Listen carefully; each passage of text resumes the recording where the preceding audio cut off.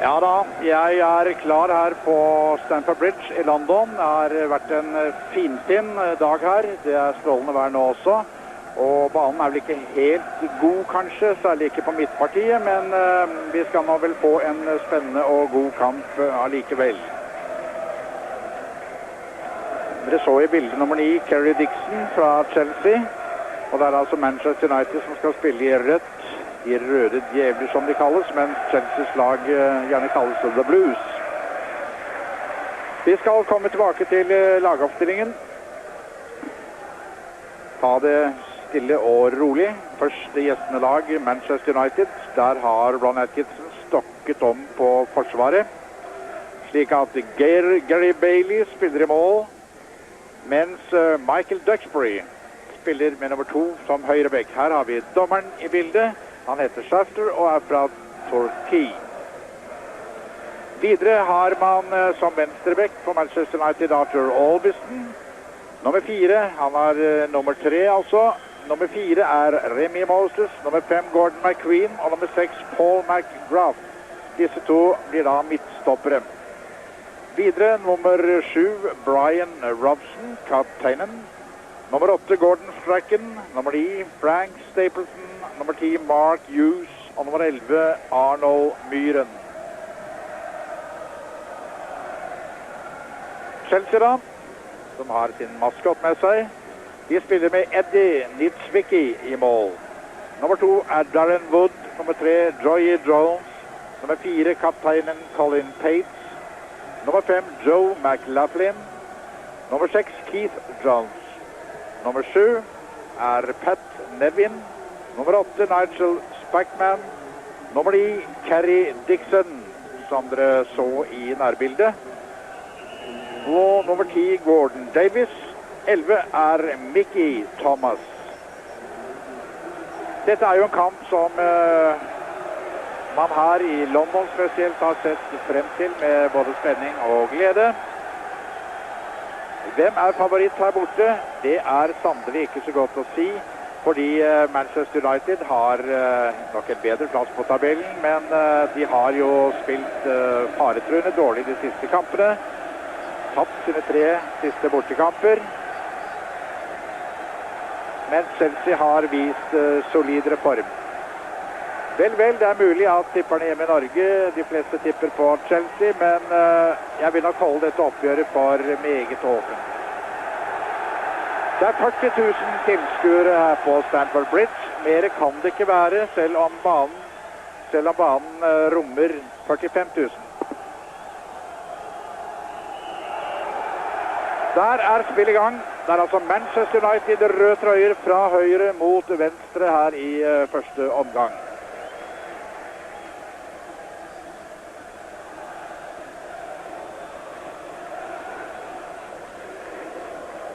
Skal være ut fra Eddie Nitzwicki.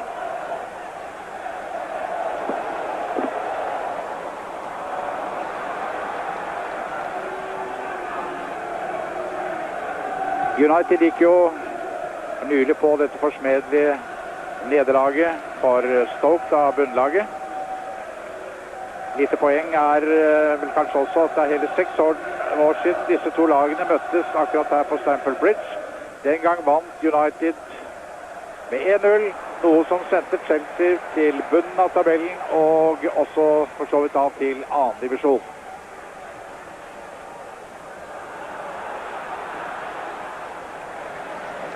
Hvem Joe McLaughlin? Og så Paul McGrath. Og det frispark.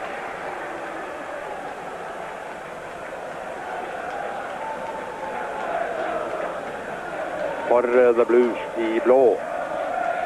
Det kaptein Colin Pates.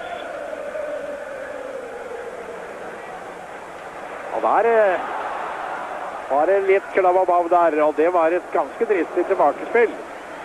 Men han stolte altså på Gary Bailey i United-målet. Spilt ungdomslandskamp han for England, denne keeperen her.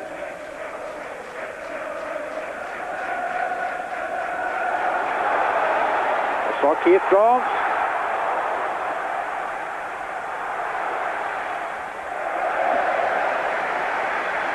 Ser vi Gordon McQueen, femmeren da. Har vi sett mange ganger på norske TV-skjermer.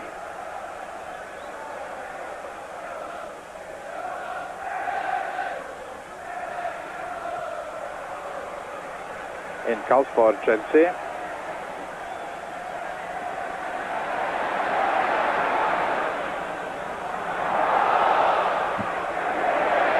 Nå er faktisk United ganske mye presset her. Innkast ved Darren Wood.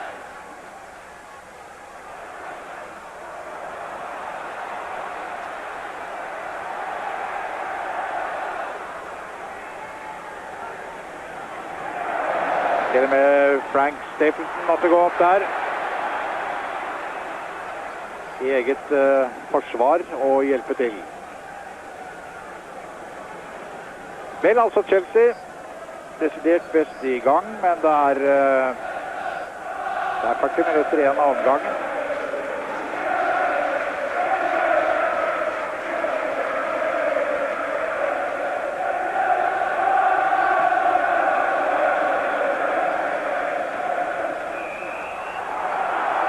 Frispark.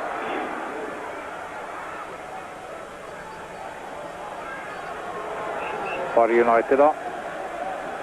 Olbisten, og der er Arnold Myhren.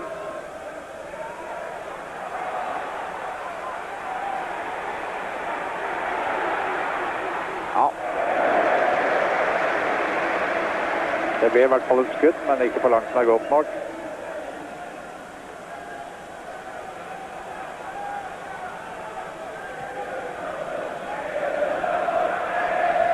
Det var første gang United viste litt angrepsinitiativ i løpet av de første knappe 5 minuttene. Myhren, Stapleton, så Darren Wood.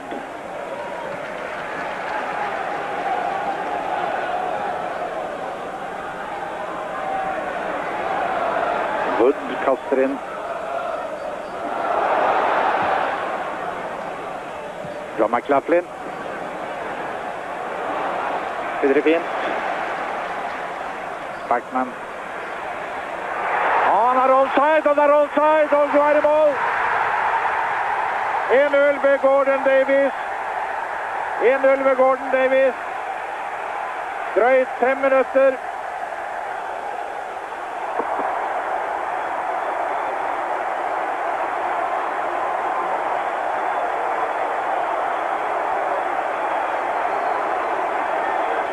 Det er situasjonen om igjen her. Den ballen hadde ikke Bailey noen som helst sjanse på. Så Chelsea leder 1-0.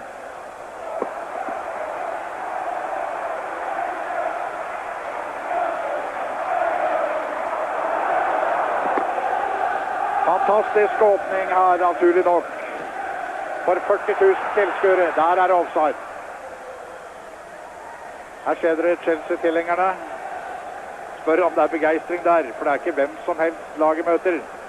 Det er vel kanskje ikke mange lag, er det i hvert fall ikke, som har den susen i seg i fotballens hjemland som akkurat Manchester United. Fra Duxbury. Mark Hughes var der. United skal få innkast.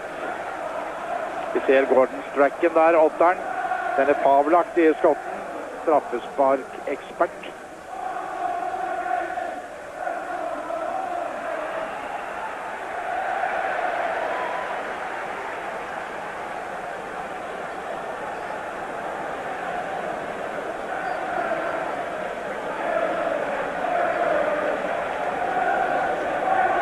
Det er for øvrig mange år siden at dette stadion har vært helt fullsatt som det er i dag. Alt er utsolgt, alt av de tillatte billetter. Det vil si altså over 40 000 tilskuere.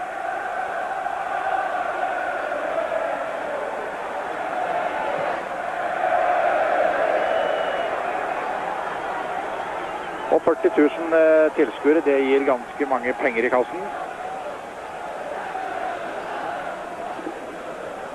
200 000 pund, altså godt over 2 millioner norske kroner.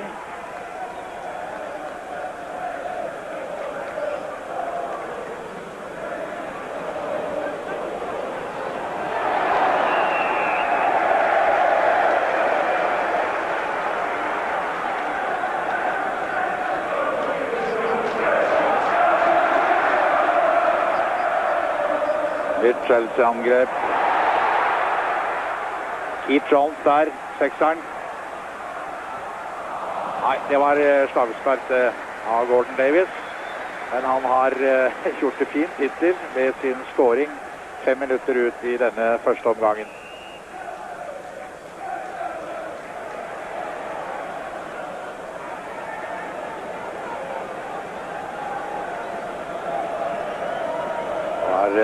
Arnold Myhren som sikkerhetsbehandling, elveren til United.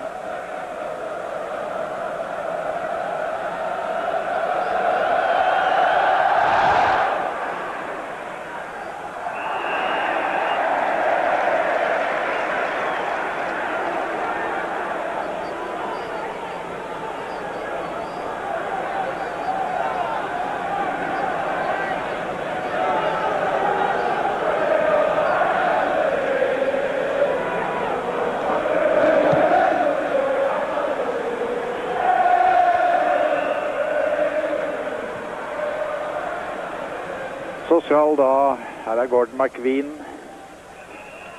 svær denne internasjonale spilleren på Skottland.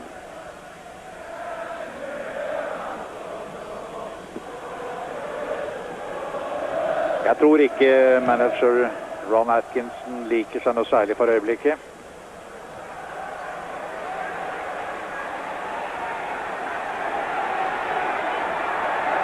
Ja, det var ordentlig spill.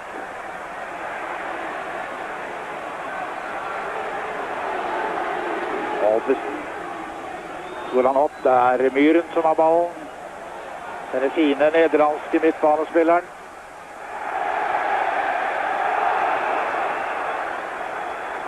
Her dommeren blåst for frispark.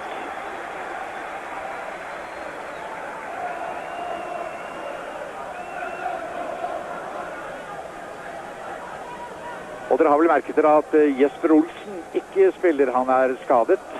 Det hadde jo vært moro å få sett han. Det får vi altså ikke. Det Myhren faktisk som har tatt hans plass på laget, om man kan si det på den måten.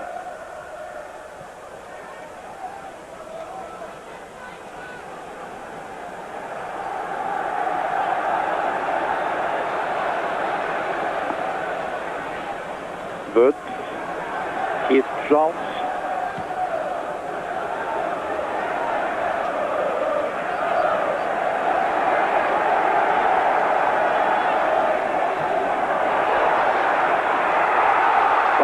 Nei, han blåste.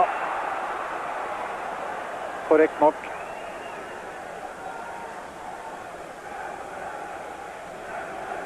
Spilt i 11 minutter. 1-0 til Chelsea. Scoring etter 5 minutter ved Gordon Davis.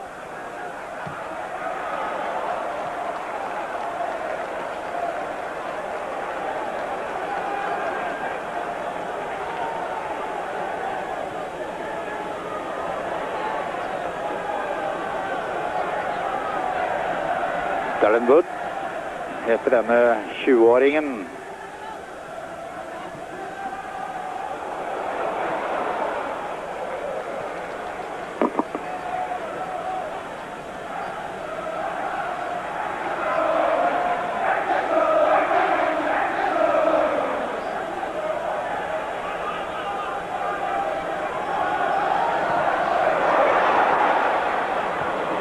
Det stadig på gyngende grunn, dette United-forsvaret.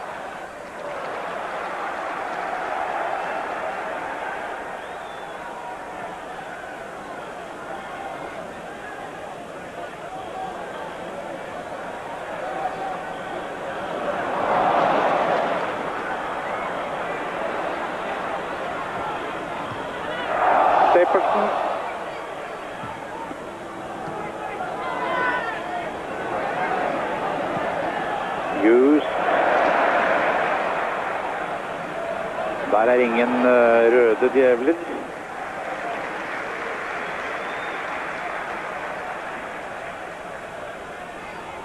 Colin Pate.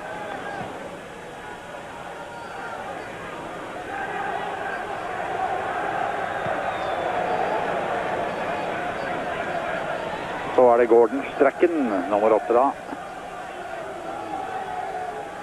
Vant Europacupen på cupvinnere sammen med Aberdeen i Göteborg for noen år siden. Og fra Duxbury. Første corner.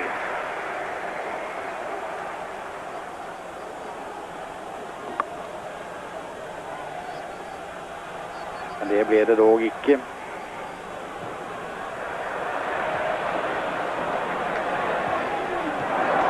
Første corner lar faktisk vente på seg den. Gordon McQueen har ro nok til å bruke litt tid.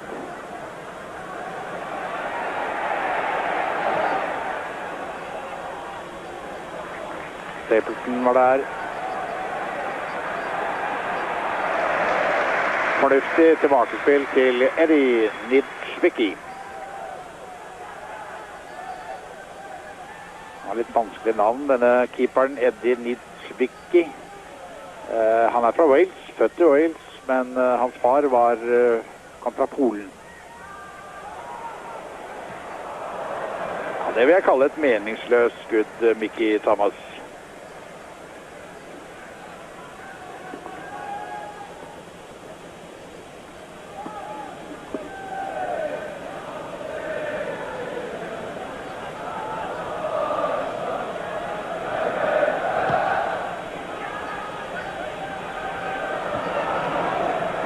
Den var smart. Nå da, Gordon Davies igjen.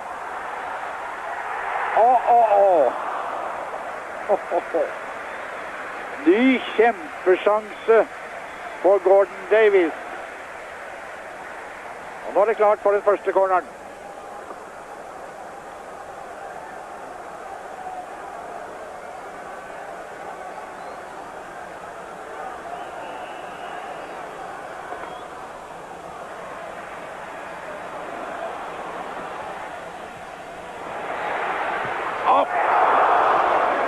Her kommer en ny corner efter et hareskuddet fra Keith Jones, denne sekseren.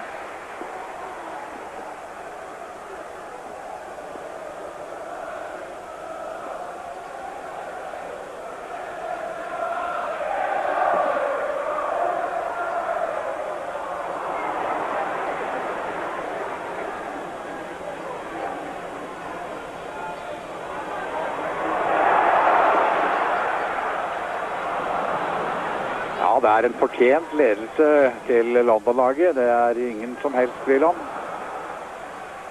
Har hatt de langt fleste og farligste sjansene. United har faktisk bare hatt én virkelig sjanse. Var ikke så helt av de store den heller forresten. Nå bør vi vel snart få se litt til deg, Strachan, som hadde ballen der.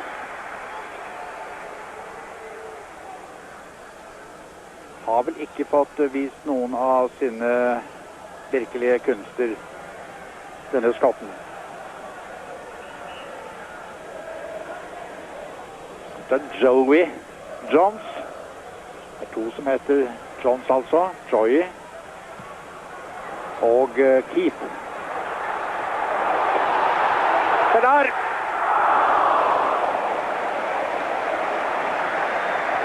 Ja, dette United-forsvaret er ikke på topp, det er helt sikkert.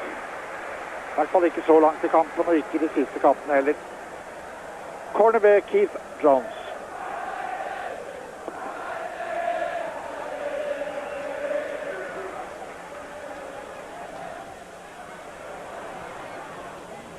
Strachan.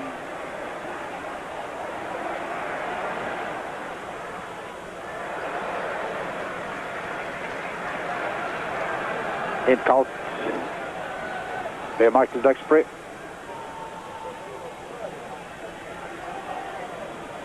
Så til Paul McGrath. Og ut fra Gary Bailey.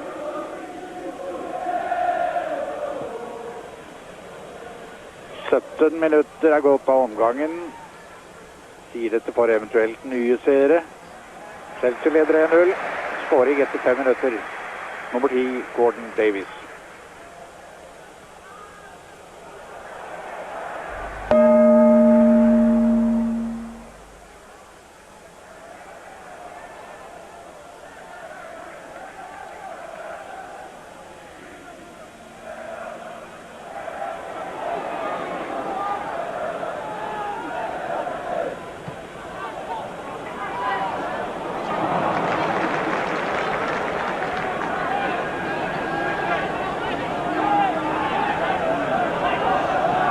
Orbison som kaptein.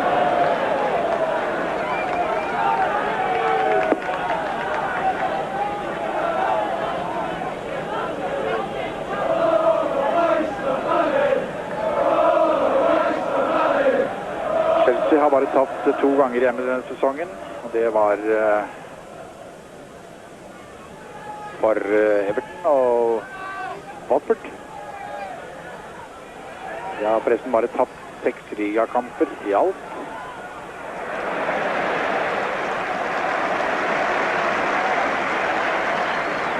Mens altså Manchester United har tapt sine 3 siste bortekamper.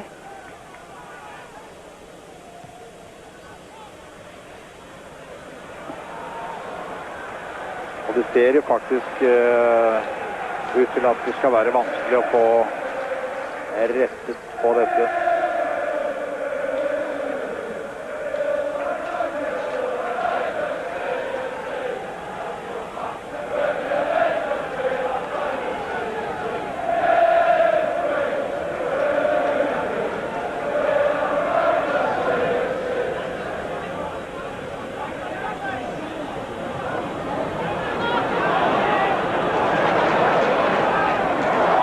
Fremme.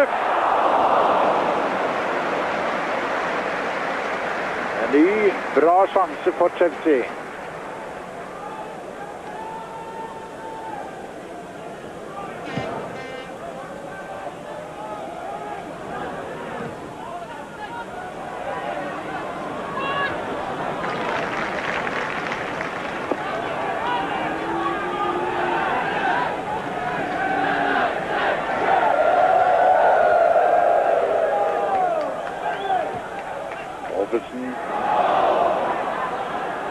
Myhren.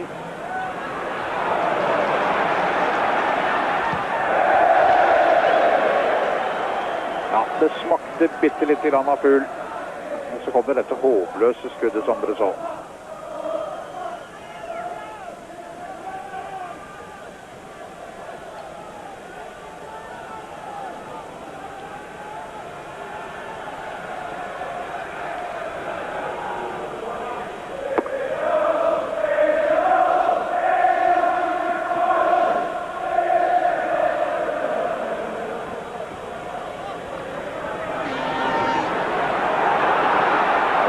Som hadde fremspillet der. Altså så vidt fint det, men det ble ikke noe klem på avslutningen. Wood. Gordon McQueen. Det er fint Chelsea spiller nå. Det var helt ren takling. Ikke noe å si på den.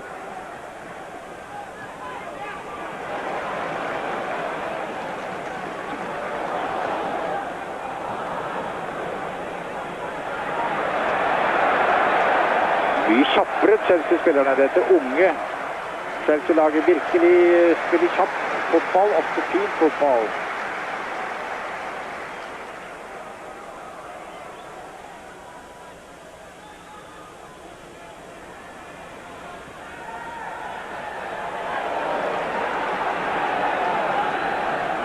Innkast ved Joy Jones.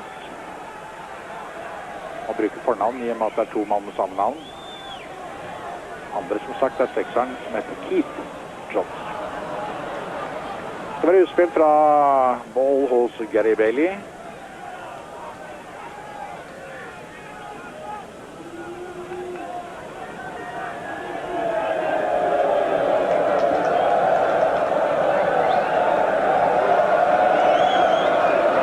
Her ser vi at det er begeistring på tribunen. føle seg så sikre med en ledelse på 1-0 akkurat. Så tar Stapleton til Byren.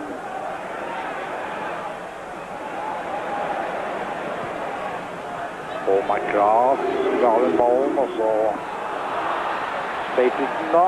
Frank Stapleton. Og der er det farlig! Og det er mål, det er mål, det er mål!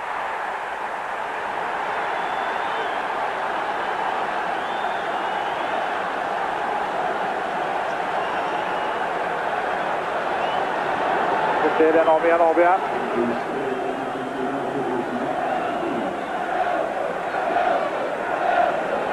Det var Mark Hughes. Her kommer det.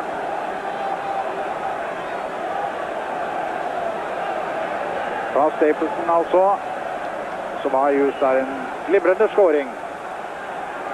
23 minutter, og stillingen er altså 1-1.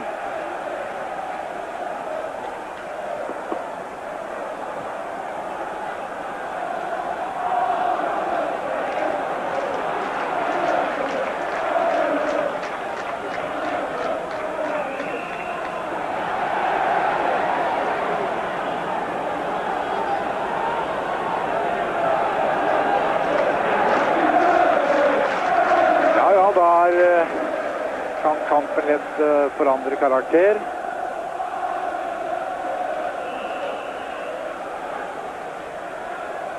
Brian Robson går her og dirigerer, som dere så.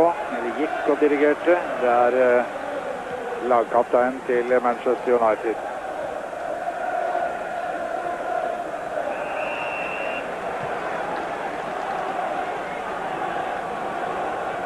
Ja, da skal vel dette også komme til å få en dramatikk i seg, som vel ikke noen har vært noe som helst imot. Det har det jo vært i de øvrige United-kampene som har vært på norsk TV denne sesongen. Bra Colin Pace.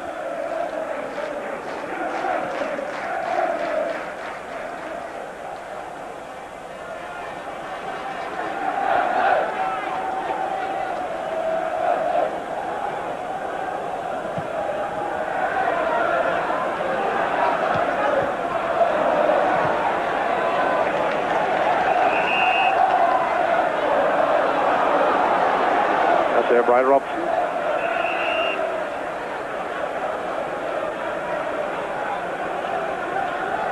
Frispark.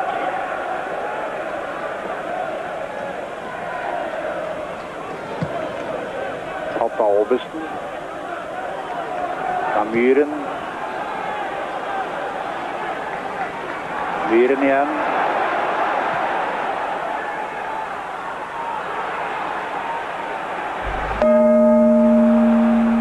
Farlig igjen. Det er meget farlig, og det er 2-0. Det er 2-0. 2-1, unnskyld.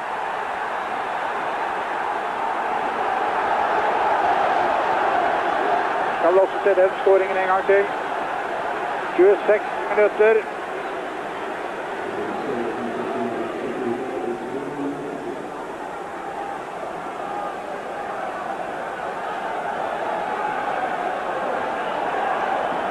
Brian Robson, ja.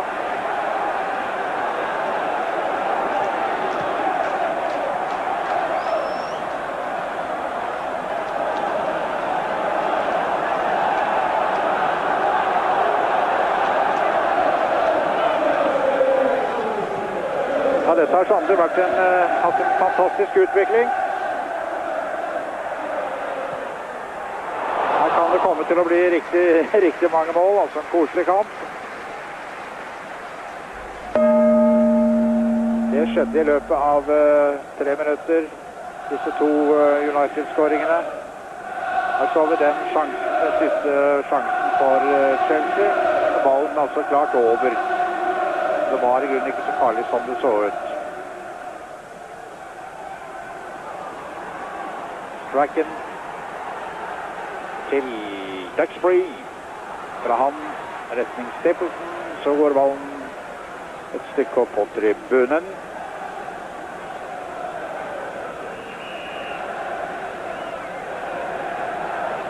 Duxbury, Byren, Duxbury, Stapleton, Strachan. Jeg tror at Chelsea må roe seg litt ned.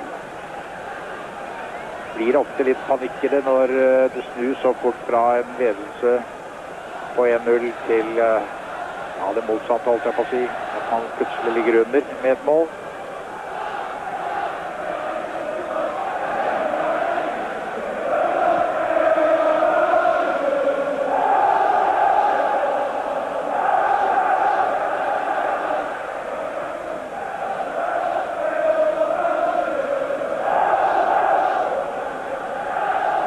Der ser vi Bobby Charlton sitter i midten her, Englands tidligere storspiller.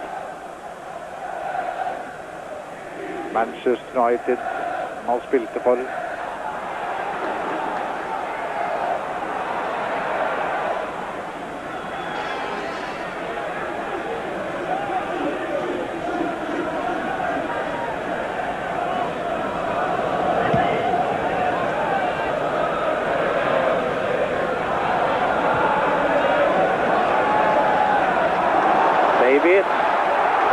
Fint gjennomspill, men ikke helt precis, slik at Olbesen fikk gitt tilbake til egen keeper, og så, det er han som skal foreta utspillet, og ikke høyrebekken Duxbury.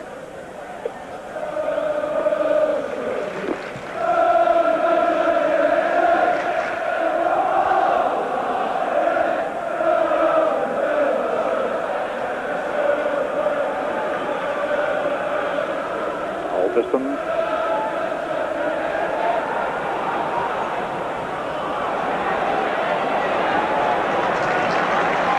Wood. Gordon McQueen. Olbesen.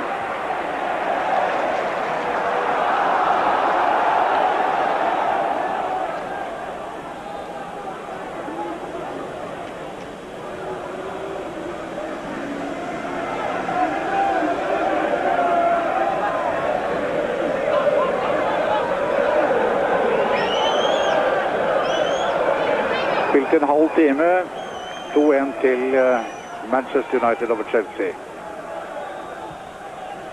Og Olbesen.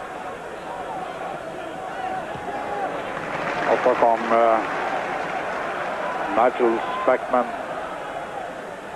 og fikk sendt tilbake. Reddet opp i situasjonen.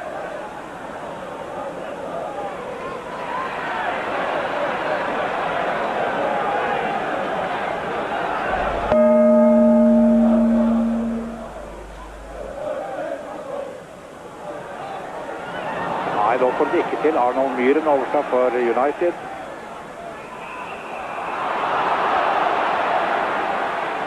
Og de røde får frispark.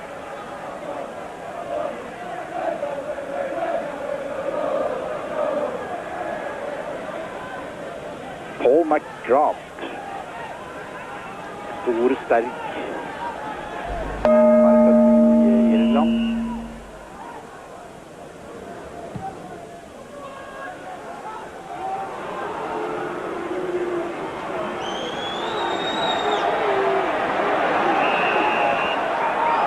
Frispark til Manchester United.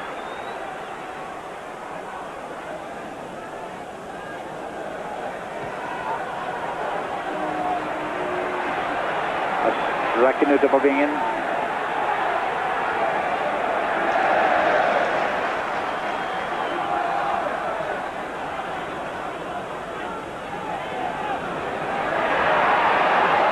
Robson. Så da Chelsea, pass på offsiden. Nei, førte ballen for lenge. Robson overtok og ga til Strachan.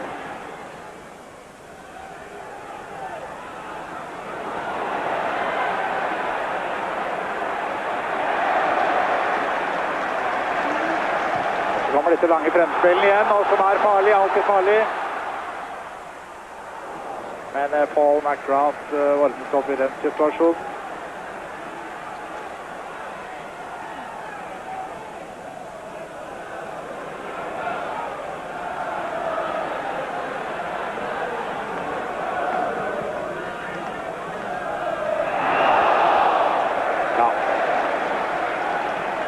Frispark for Hens. Opp til 33 minutter av omgangen.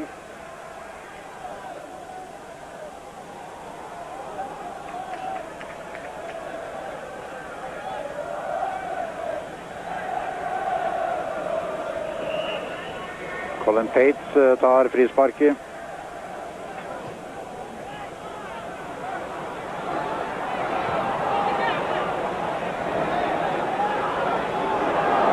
Chelseas lag nå på Uniteds banehalvdel. Så overtar plutselig gjestene.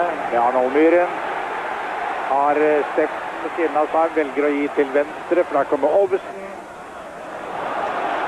Så var ikke han særlig heldig. Nevin, Pat Nevin. Gordon McQueen.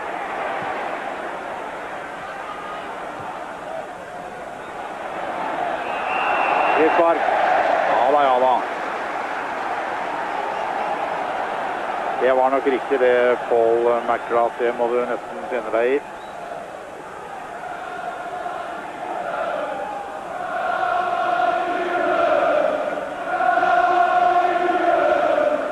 Pat Nevin nummer 7 står der, og det gjør også Keith Jones.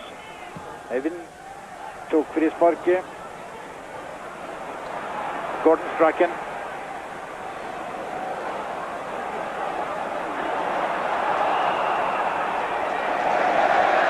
Litt frispark.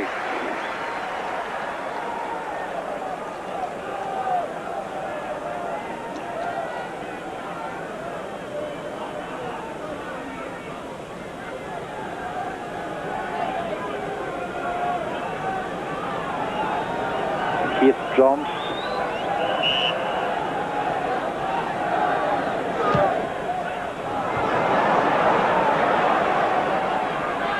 Keith Jones igjen. Frispark denne gang for fordel United. Gordon McQueen.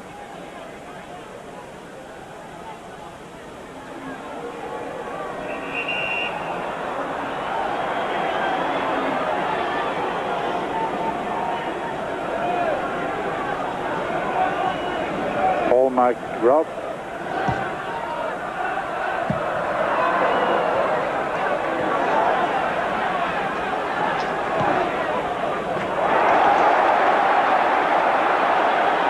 Kommer han nesten gjennom. Det er bare nesten, og det gjelder ikke ingen verdens ting. Spiller mye småprekt, litt ofte oppfinnsomt. Litt triksende kanskje, Chelsea-angriperne, når de kommer seg opp på banen. Det har jo gitt farlige situasjoner. Fra Strachan til Stapleton. Så legges han ned og får selvfølgelig frispark. Gordon Strachan.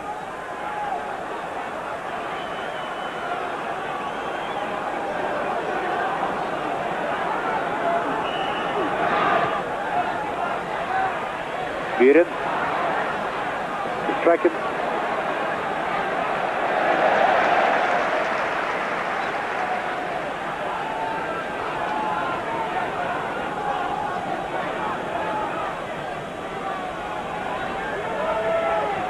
Strachan igjen.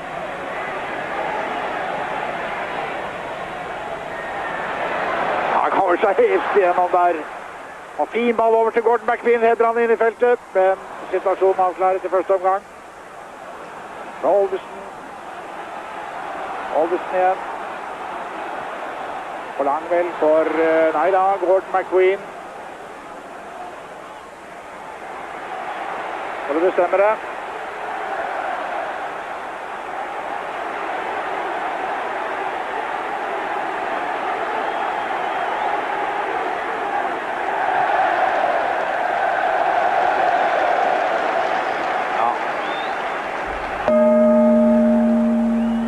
Tuller bort en ball, det. Det hadde vært bedre med et innlegg i midten, Gordon McQueen.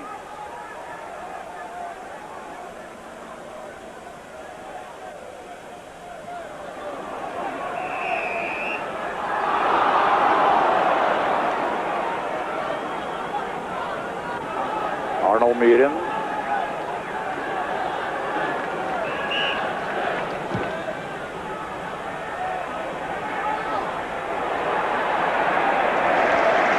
Og så hurtig ut, og det er det våpen de har, og så felles han. Kjell Dixon blir felt, og dommeren tar opp sin bok. Ja, det er klart. Det var stygg. Så vi ser en situasjon om igjen her. Det var ikke pent. Oldisen får advarsel altså. Og den var velfortjent.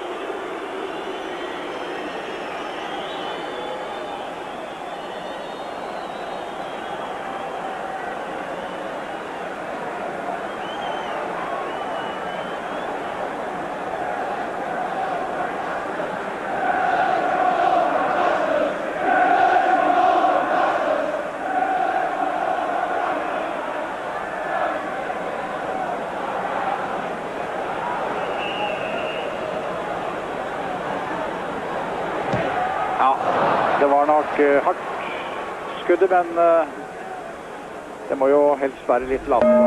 Skal det bli noe tellende resultat av det? Ja vel, det er stadig vekk 2-1. 39 minutter er spilt.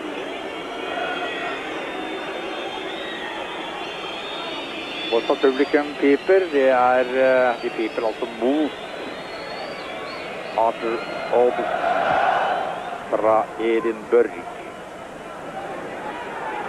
Til Arnold Myhren, så ryggen hans, nummer 11, også nytt angrep på Chelsea. Gordon Davies. Nei. Det skal være utspill fra mål, ikke noe annet.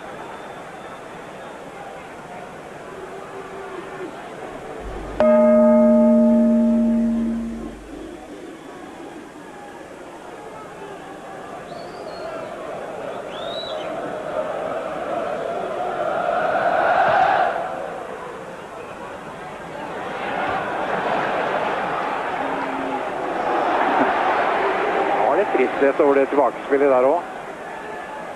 Det gikk noe bra denne gangen da. Brian Robson i bildet.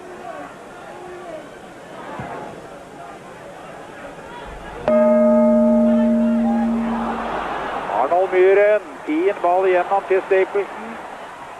Han brenner løs. Men hadde ikke nok kontroll over ballen. Så den søker jo himmelhøyt over.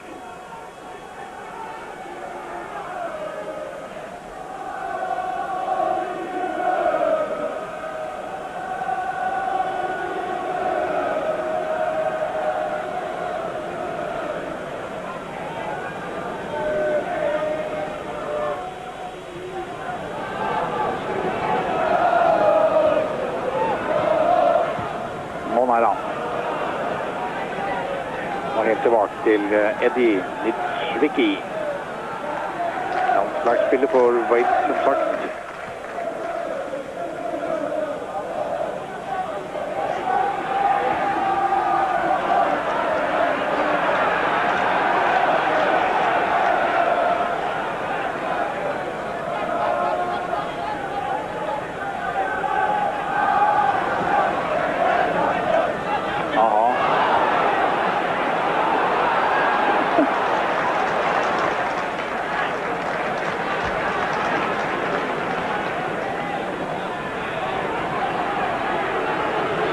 Var det innkastet for ved Gordon Strachan.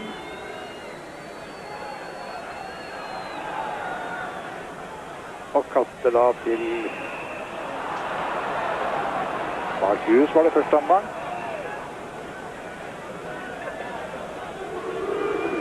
Var det frisparket da først ved Sexbury tok det. Strachan igjen.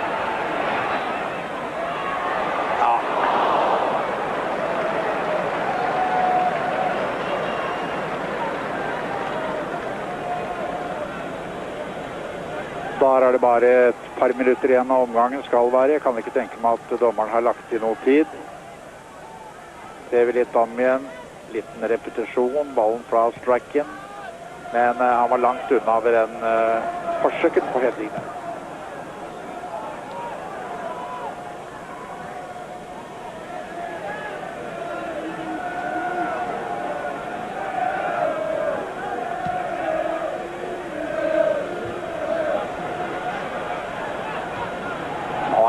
Akkurat nå er det ikke noe veldig godt spill.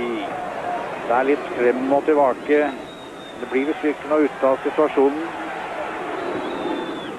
Litt mye sparking akkurat nå.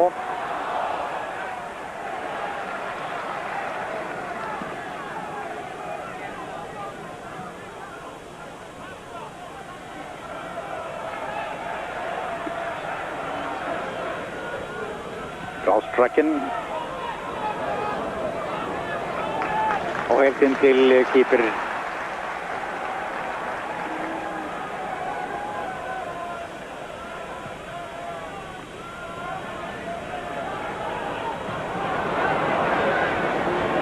På et kjapt angrep.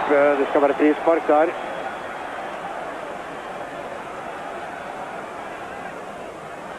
Altså frispark for Chelsea.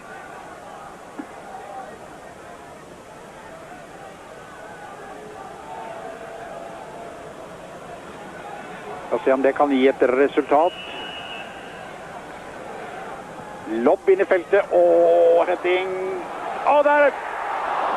Rett i fanget på keeperen. Ut fra Gary Bailey.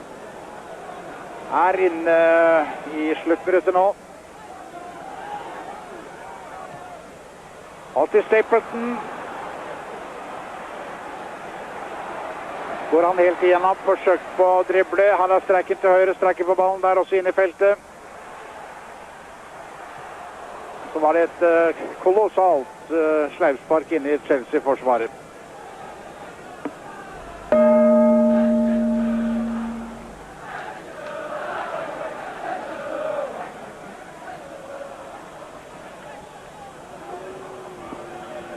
Holvidsen kaster.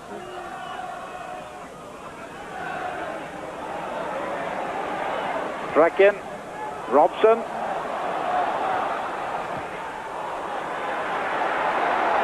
Woods.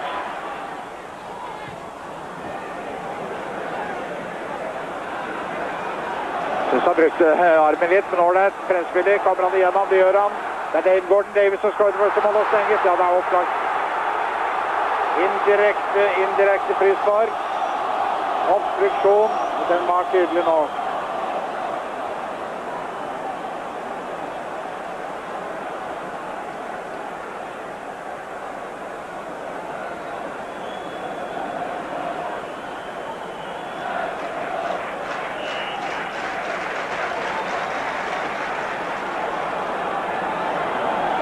Skal vi se på det frisparket. Det er vel omgangens siste sjanse for Chelsea. Der blåser dommeren av første omgang. Det er altså ledelse da for Manchester United med 2-1. Etter at Chelsea først tok ledelsen 1-0 etter 5 minutter, så kom da 2 kjappe United-mål etter 23 og 26 minutter. Men vi skal slutte av foreløpig her, komme tilbake med annen omgang. Vær så god, Rolf Holten, studio i Oslo. Ja, takk for det. Vi kikker på tippekupongen, og jeg kan fortelle dere at i øyeblikket er det bare 4 tippere som har 12 rette.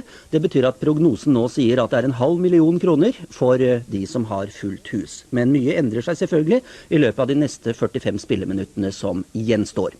Vår kamp øverst på kupongen, Chelsea-Manchester United 1-2. En kamp som jo tok en overraskende vending etter at hjemmelaget tok ledelsen. Vi hopper raskt til kamp nummer 4. Hvor vi har Newcastle-Arsenal 0-1 uten å ha fått målskåren der. Det har vi derimot i kamp nummer 5. Det er Colin Gibson og Paul Radovt som har skåret for Aston Villa på bortebane mot Nottingham Forest. Kamp nummer 6, Southampton, Sheffield Wednesday 0-1. Lee Chapman bak skåringen. Og så Stoke, som slo Manchester United midt i uka, ligger nå under med 2-0 mot Queen's Park Rangers. Og for London-laget er det Robbie James og Mike Fillery som har laget målene. Nummer 8 er Tottenham-Sunderland 1-0, topplaget altså, med målskårer Glenn Hoddle. Det skulle være velkjent nok. Kamp nummer 9, West Bromwich-Norwich 0-1, Mike Shannon er målskårer.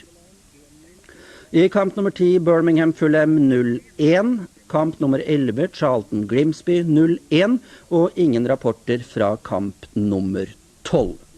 Da går vi bort fra tippekupongen noen minutter, for det er også skøytelandskamp i dag på kunstisen på Valle Hovin i Oslo. Landskampen er mellom Norge, Sverige og Nederland. Og nå venter Per Jorseth på å slippe til. Det var 4-5 minusgrader og nokså sprø is på Valle Hovin i dag, da trelandskampen tok til med 500 meter for begge klassene. Vi skal først se på det aller første paret i sprinterklassen, svensken Göran Johansson i indre bane, mot nederlenderen Sis Ulkema. Landskampen omfatter jo 500 og 1000 meter hver dag for sprinterklassen, med 4 deltakere fra hver nasjon, mens allrounderne har 500, 3000, 1500 og 5000, med 6 mann fra hvert land. Og det kjempes altså i en trelandskamp. Etter en åpning på 10.27 etter 100 meter gjennomførte Göran Johansson denne 500-meteren riktig tilfredsstillende, og det hele ender med at han går inn til tiden 39 blank, mens nederlenderen får 39,71. Ingen store tider med andre ord, men de skulle vise seg å holde mål under dagens vanskelige forhold. Her stiller da svensken Anders Moberg opp i ytre bane mot Frode Rønning. Ingen har til nå slått Göran Johanssons notering. Kai Arne Engelstad gikk hardt inn for å klare det, men fikk et meget stygt feilskjær i siste sving, og endte da på 39,45, mens nederlenderen Gert Kuiper i det etterfølgende paret fikk 39,24. Passeringstiden til Frode Rønning lå temmelig jevnt med Göran Johansson, men den helt store spruten ble det ikke over Rønnings løp, og vi må bare notere at Frode gikk inn på tredjeplass med 39,37, mens altså Göran Johansson beholdt sin førsteplass i klassen. Engelstad ble nummer 4, Bjørn Hage nummer 6 med 39,65, og Ingemar Bredli nummer 8 med 39,92. Fra allround-klassens 500 meter skal vi ta med ett par, det sjette med Fritz Schalai i Nederland i indre bane mot Rolf Falk Larsen. Her i denne klassen innledet nederlenderen Hein Vergeer med 39,83 i første par, og ellers har bare Hilbert van der Daum kommet under 40-tallet. 39,99 var hans tid. Etter 100 meter i dette oppgjøret hadde Schalai en centimeters ledelse og passerte på 10,71 mot Vergeers 10,60. Jeg kan for øvrig røpe at Tom Erik Oksholm i et senere par gikk på pene 39,91, og ble dermed en av de 4 i klassen som kom under 40 sekunder. Det gjorde nemlig også Rolf Falk Larsen, men tiden 39,89 var altså 60 svakere enn Vergeers notering. Seier til Vergeer, annenplass til Falk Larsen og tredje til Oksholm. Som avslutning på dette innslaget i tippekamppausen skal vi så vise dagens mann på 1000 meter, og nok en gang var det Kai Arne Engelstad som behersket denne distansen best.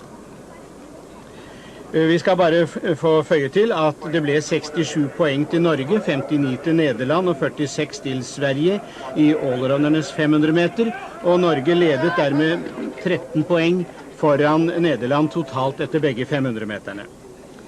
På 1000 meter innledet Bjørn Hagen med å gå på 1.19,96 i første par, mens Ingemar Bredli noterte seg på 1.20,21. Så kom da Frode Rønning med 1.19,86 og underskred altså Hagens tid med 1 tiendedel. Rønning åpnet for øvrig sterkere enn Engelstad, og etter 600 meter passerer Engelstad halvsekundet etter trønderen, men vi vet jo at siste rundene til Kai Arne er av beste merke på 1000 meter, og slik var det også denne gang. 1.18,86 ble sluttiden, og dermed tredobbelt til nordmennene på distansen. 1000-meteren ga 41 poeng til Norge, 24 til Nederland og 14 til Sverige, og etter 3 distanser leder Norge med 139 mot Nederlands 109 og svenskenes 82. Og det høres jo lovende ut. Og så Engelstad i mål som vinner av 1000-meteren.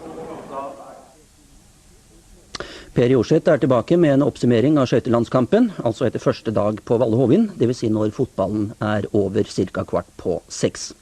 Vi har sett 5 løp fra dagens Rikstoto-finale, årets siste løp selvfølgelig, og vi ser her at første løp er vunnet av nummer 8 Stjerne Nixon, annet løp av nummer 11 Myllarjakken, tredje løp nummer 1 Oklahoma, fjerde løp nummer 4 Black Charming, og femte løp nummer 4 Arna Prinsen. I første løp ble nummer 6 strøket. Da skal vi se avgjørelsen. Det ligger an til store premier. Nå går vi tilbake til Bjerkebanen og Halvard Flatland. Ja, da det nok I alle fall 6 stykker rundt om I Norges land som sitter og skjelver I buksa, for etter hva vi har fått opplyst fra Norske Tipping, så gjenstår det 6 kuponger med 5 rette etter 5 løp, og hver av disse har vært hele 310 000 kroner. Når det gjelder dette sjette løpet, så har vi 2 strykninger. Nummer 9 denne ble igjen, og nummer 15 Fortuna X. Rangeringen I løpet, stor favoritt hesten nummer 1 High Quality. Deretter følger så nummer 5, 7, 3, 8 og 4. La meg heller ikke glemme vinneroddsen på Arna-prinsen, som var 12,93, vinnertiden 1,33,0.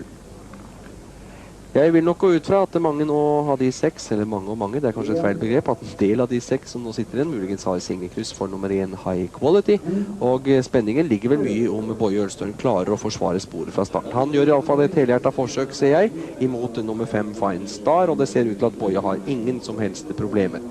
Boje var jo ikke helt optimistisk I sin forhåndskommentar. For de som fulgte oss I det første V6-løpet, så var jo Boje med som en sidekommentator her. Og han var meget misfornøyd med innsatsen på Klosterskogen sist, men vi skal huske på at ved den anledning så måtte han bruke hesten hardt fra start. Og I tillegg var distansen 2100 meter. I dag den bare 1600 meter, noe som avgjort favoriserer denne hoppa. 1600 meter, ja, det betyr vel en 1,5 runde det, og det går frem mot første målpassering med en high quality-tet, har fanget opp den hardeste utfordreren I dødens nå, så trykker Petter Glittum voldsomt på med 5 Fine Star, men ser ikke ut til at Ølstøren interessert I å gi fra seg teten. 2 Gerd Hanofri rygg på leder, 6 Lady Phantom Ane utvendig, tredje innvendig det på nummer 10 Åse Frances, som har selskap av 4 Speedy Key I tredje par utvendig, fjerde utvendig det på nummer 3 Lady Beer. Ja, 4 Speedy Key I tredje par utvendig jo et debut, men Speedy Key har ikke vært helt bra I sine siste starter, og så kommer da nummer 3 Lady Beer fra fjerde par utvendig. Tor Vollbæk tar en sjans nå, klemmer til 800 meter fra mål, det langt fram da, Tor. Men fortsatt nummer 1 High Quality. Tor han fikk jo opplyst av oss da, at Boje Ølstøren ikke var helt optimistisk, så han tar kanskje en råsjans, og regner med at High Quality heller ikke I dag holder distansen helt hjem. Men fortsatt nummer 1 High Quality. Nummer 5 Fine Star, og så kommer 3 Lady Beer, fjerde valget blant V6-spillerne. Da ligger en halvmillion I lufta hvis den skulle vinne. Men jeg må ærlig talt si at jeg syns Boje Ølstøren har veldig mye å kjøre med inn på oppløpet. Boje sitter bare og snur seg til de øvrige. 5 Fine Star har ikke mer å sette inn. Lady Beer vel heller ingen løve på slutten. Og skal du ri dette I land av Boje Ølstøren? Det sitter nok noen og krysser fingre for deg nå. Sender en varm takke til Melhus og Trøndelag og det hele hvis du holder unna. Det tror jeg du gjør. For nummer 1 High Quality har en hel og full kontroll og vinner akkurat som hun vil det sjette og siste løpet. Og så blir det meget jevnt om andreplassen, men seieren var det ikke tvil om. Den gikk til hest nummer 1 High Quality. Det får vi bekreftet her. High Quality vinner av sjette og siste løp I dagens Rikstoto-finale på Bjerkebanen I Oslo. Vi skal komme tilbake til denne kupongen. For nå skal vi forsøke å få kontakt med Arne Skeie. Jeg tror han med oss fra Oberstdorf. Og har du, Arne, noe positivt å berette fra dagens trening foran åpningen av hoppuka I morgen? Det eneste lyspunktet sett med norske øyne var faktisk hoppingen til debutanten Halvor Persson fra Bærum. Som begynte I dag på 103, så hoppet han 104 meter og avsluttet med et prakthopp på 109,5. Ja, jeg tror faktisk det var tredje omgangens klart beste rent stilmessig. Og det sier jeg til tross for at Jens Weisslov hoppet 115,5 meter, Rolf, og var 1 meter lenger enn den gjeldende bakkerekorden til kanadieren Horst Bühlau. Vi for optimistiske, Arne, hvis vi antyder at det blir en vellykket norsk hoppdag I morgen? Vi nok da veldig optimistiske ut fra det som skjedde på treningen I dag. Roger Ruud, som jo publikumsfavoritten hjemme, nådde for eksempel bare 102 meter I sitt lengste svev, og selv Roger måtte etter treningen I dag innrømme at han fullstendig mangler trening I en såpass stor og krevende bakke som Schattenbergbakken her I Oberstdorf Ellers så kan jeg vel nevne at Per Bergerud I sitt lengste svev hadde 105,5, Rolf Ågeberg 104, Ole Gunnar Fittestøl 104, Roar Stjernen 103, Ole Kristian Eidamer 102 og Olav Hansson 99. Og da må vi altså I tillegg til Weisslov vite at Ostwald fra Øst-Tyskland hadde 114,5, Nykenen fra Finland 113 og Vettori fra Østerrike 113 som sine lengste svev. Takk skal du ha, Arne. Nå Manchester United I gang på våre TV-skjermer, så da må du nok vike dessverre. Men det kan jo være hyggelig å se på Manchester United også. Tilbake til Øyvind Johnsen. Ja da, vi får håpe det blir hyggelig. Vi har spilt drøtt halvannet minutt. Ikke skjedd noe nytt siden sist vi var inne herfra. Altså 2-1. 2-1 til Manchester United. Og det er United som i denne omgangen spiller fra venstre mot høyre. Personlig skulle jeg ønske jeg slapp å høre Rolf Hovden skrike ørene ut på meg her, men det er vel et teknisk problem kanskje som ligger et eller annet sted på veien mellom London og Oslo. Og så Chelsea.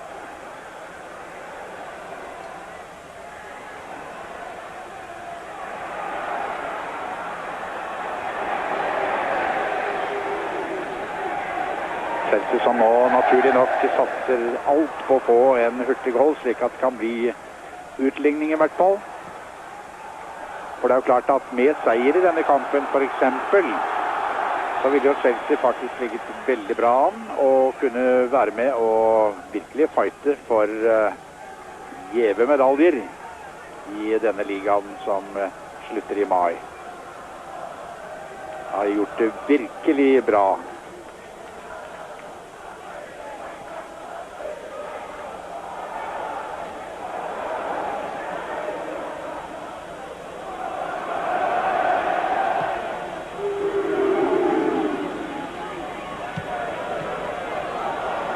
Nå må vi ikke somle for mye i forsvaret til United heller.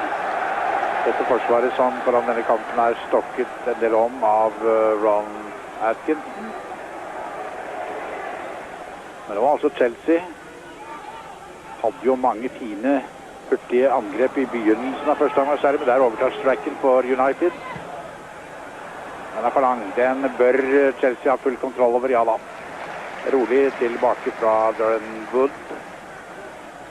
Og Eddie Nitsvicki kunne spille ut, og det var langt utspill. Det var langt, og det er en sjanse for Davis nesten.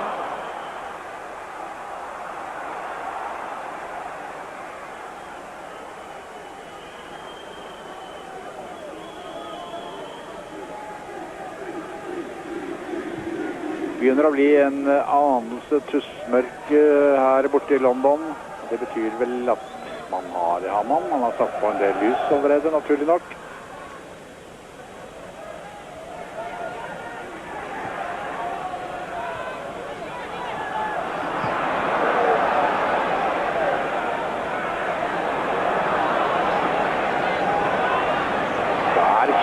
Gjennom Robson, og så legges han ned, men ingenting å gjøre ved det, sier dommeren. Eller brukte fordelsparagrafen, strekker av ballen. Og så smeller han til. Ja, den kom litt uberegnelig i spretten. Slik at keeper visste den i første omgang, men hadde ingen vanskeligheter like etterpå.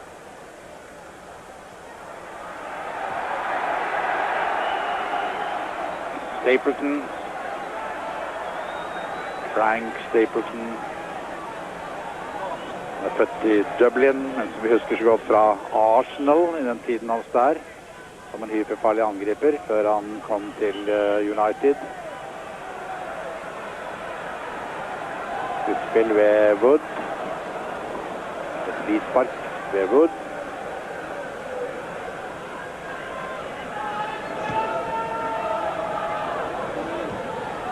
Så har altså tilbake til å ha gjort en bytte på Chelseas lag. Man har satt inn Dave Speedy, som har nummer 12 på ryggen. Skal vente til vi får han i bildet. Gordon Strachan.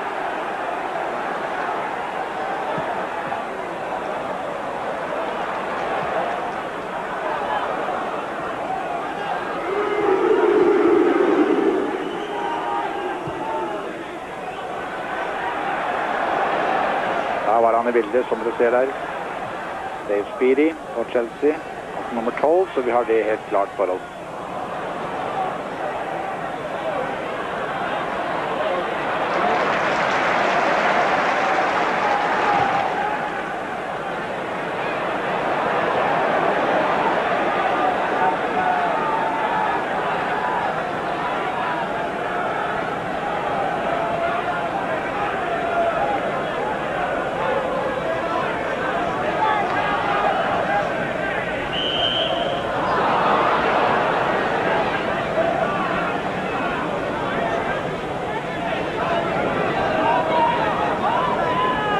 spilt i 7 minutter av annen omgang.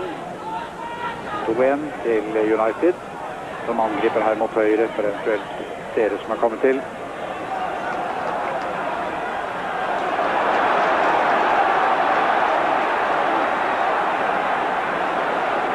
Nei, var for upresis. Ja.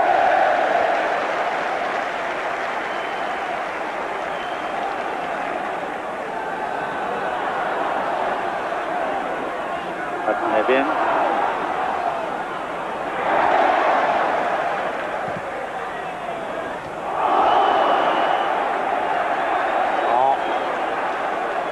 Hev seg nå inne i situasjonen da, Nevin. 20-åring som er fra Glasgow. Joe Jones. Speedy ute der på høyre siden.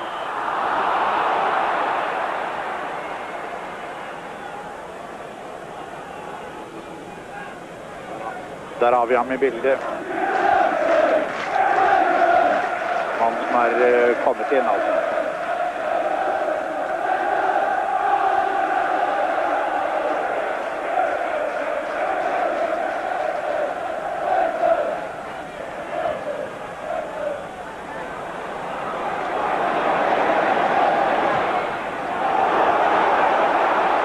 Ja, det var Davis og... Det var ikke bare Davis, det var han som ble felt.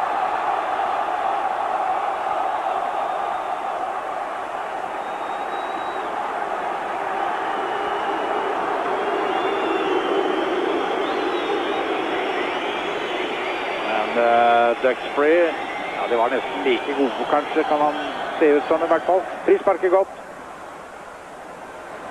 Litt over til Joe McLaughlin.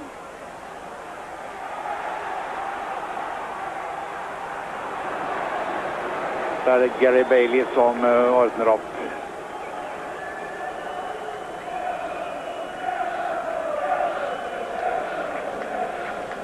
Robson i bildet.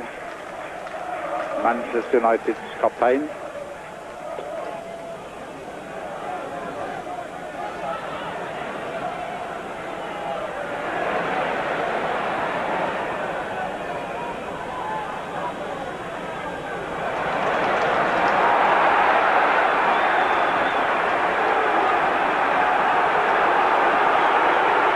Ja.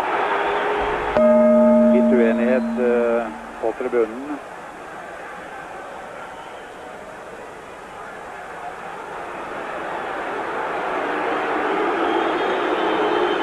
Jeg forstod ikke hva dommeren mente. Mente han frispark, eller var det innkast? Som man ser, så var det innkast. Der på midten av banen vil jeg tro det er veldig vanskelig å spille. Det er ganske gjørmete, men lett for å stå fast. Det var ganske teknisk fin. Og så da Davis igjen! Oi, oi! Det var nære på.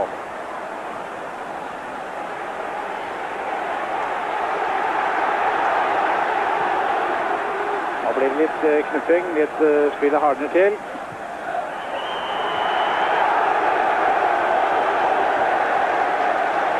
Rett oppover, la oss benytte, hvis dere ser repetisjon her, så benytter vi anledning til å si at det her, ja, at Speedy, spiller nummer 12 på Chelsea, er kommet inn i stedet for Keith Jones. Denne 19-årige mørkhudede spilleren for Chelsea. Oi!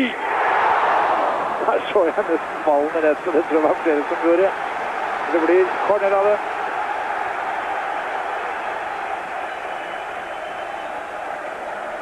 Dave Speedy lar den corneren gå videre til Pat Nevin. Stracken har vi bildet her.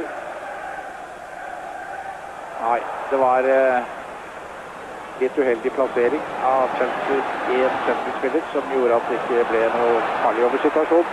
Vi lager angriper igjen. Han flott gjennom til Speedy. Nei. Han må begynne å bli livlig her.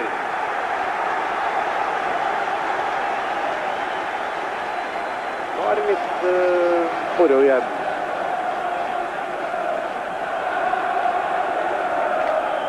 Sjekker på corneren.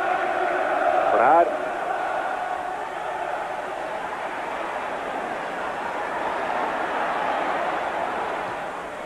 Han skrur godt inn, men Bailey skrur ballen inn i armene sine godt han også.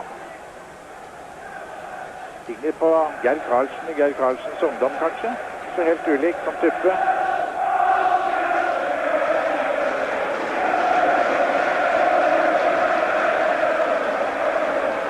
Og så Chelsea igjen da, Speedy.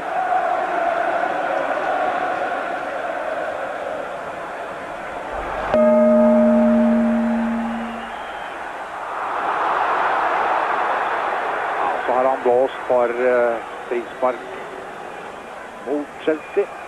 Han vifter linjebanen, men dommeren står og prater med Gordon Davis. Nei, de hadde droppet ballen ikke, så dommer, hva gjør du? Ja, United på frisparket. Linjemannen viftet nemlig for en forseelse på den andre siden, men da var altså dommeren opptatt med å prate med Gordon Davis.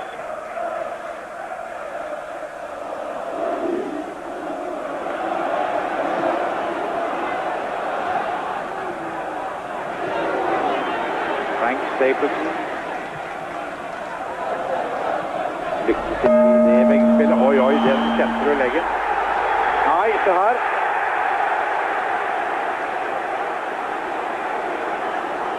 Dette er ikke så bra.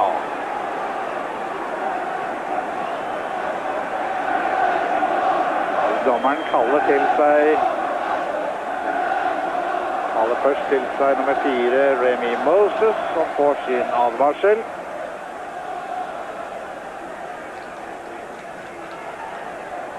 Ja, shake hands. Og likeledes Dick Thomas står her altså. Internasjonal spiller fra Wales, Elveren. 30 år, eldste mann på Chelseas lag for øvrig. Ja vel, det var kampens tredje advarsel. 2 til United og 1 til Chelsea. Akkurat som stillingen er i øyeblikket. Av offside, klar offside.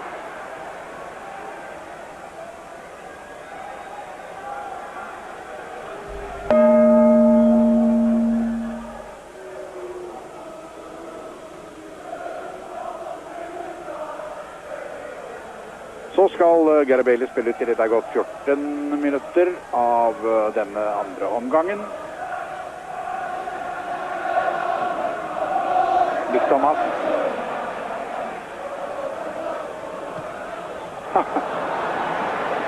Streiken.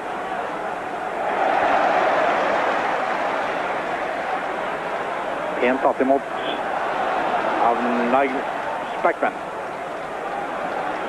I det helt ned i eget forsvarsfelt. Fin mavedemping som ble passning.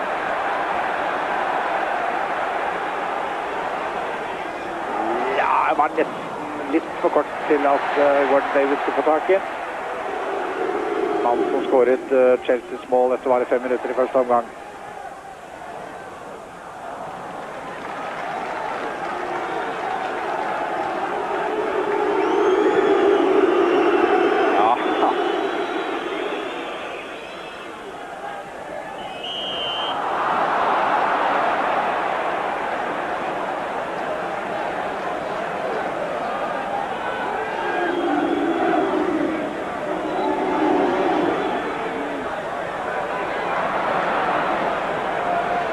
Myhren som ga dem ballen ut til venstre.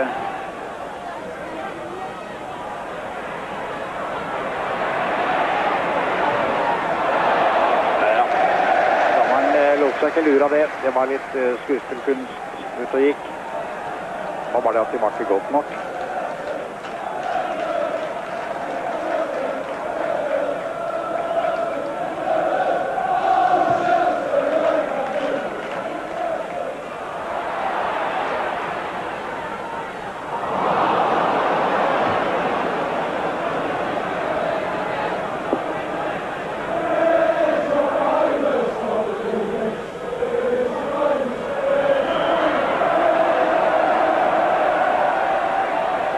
til Ron Atkinson.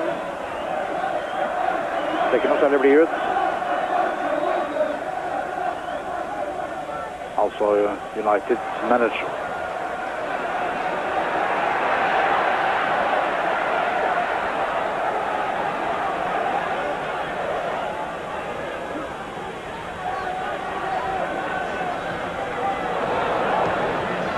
Men Atkinson kunne vært blid allikevel, siden laget hans leder, men var vel ikke helt fornøyd med spillet. Davis. Strachan som overtar ballen.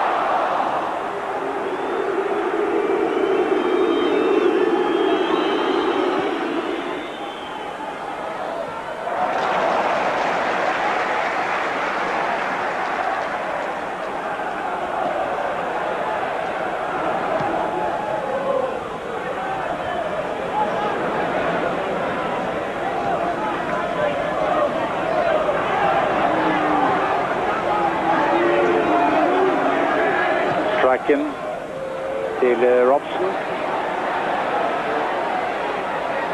Strachan igjen. Han er helt inn i målet der, og så er ballen over streken. Strachan som gjorde hele forarbeidet, i hvert fall. Det er 3-1.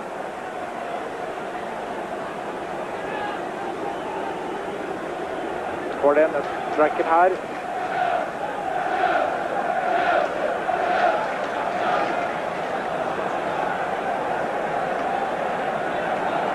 Så kommer ballen på tvers. Altså fikk Stapleton altså foten på den. Forarbeidet var Strachan der 3-1. Etter 18 minutter på den skåringen av omgangs 18. minutt.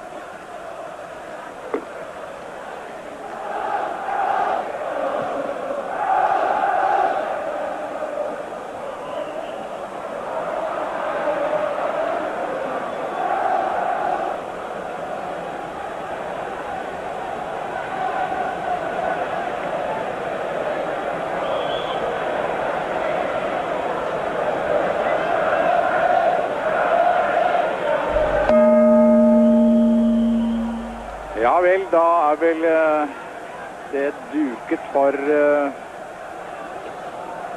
gjestene fra Manchester, skulle jeg tro. Det er ikke lett å ta igjen 2 mål på Manchester United så vidt sent i kampen. Skjønt det har skjedd på tippekamp før. Man skal så vidt ikke forsverge, men Strachan har sannelig gjort nytten sin, Strachan.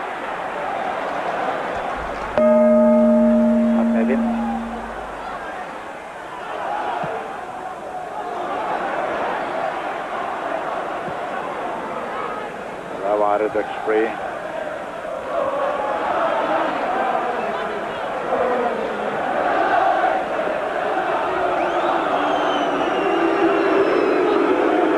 Passerer i 20 minutter. Så 25 minutter igjen å spille, så mye kan det naturlig skje. Jeg er vel litt redd for at Chelsea har mistet mye av gløden, at det nå blir for oppjaget for Knytt.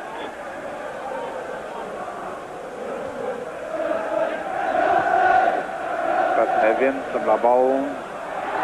Så Mick Thomas er rett på Gerveilig.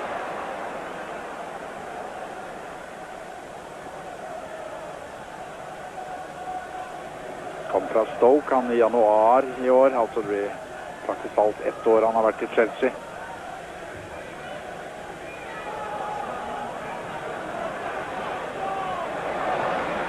Davis. Nevin. Det er fint Gordon Davis. Prøvde å smette ballen igjen, han gikk ikke, for der kom Gordon McQueen. Så fører han alt for langt, McQueen. Her er Speedy. Speedy. Kliman på tribunen her. Gjennom der, ja det greier du, men han er nok så treng. Her er Kerry Dixon.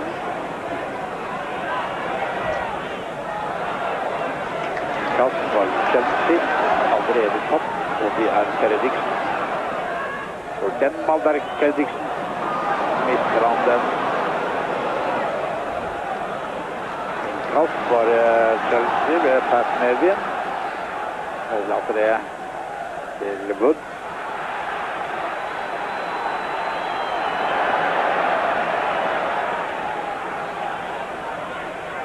Går det igjen. Gary Davis stadig frempå der inne i Uniteds straffefelt.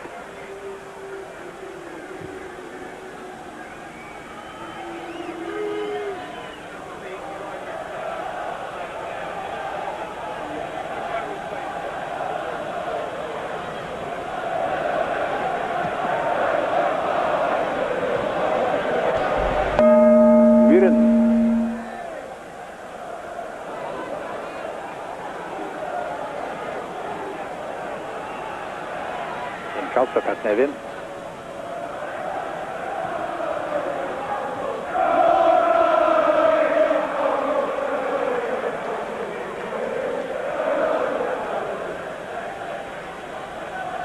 Wood igjen. Davis. Speedy.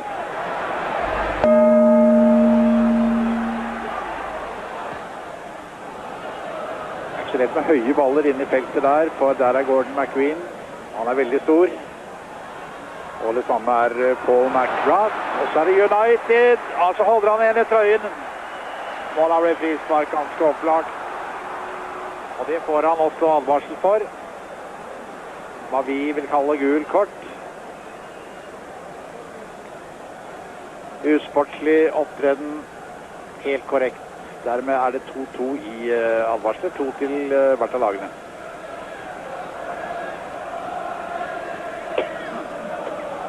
Her altså Joe McLaughlin. Står der. Står sammen med Gordon Strachan. Frispark altså.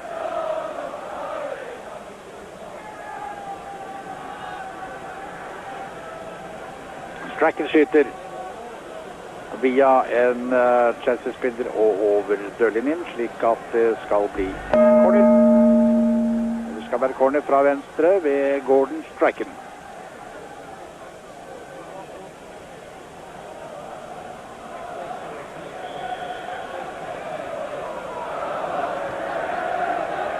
Gordon McBean helt oppe, prøver å header i en Chelsea-spiller.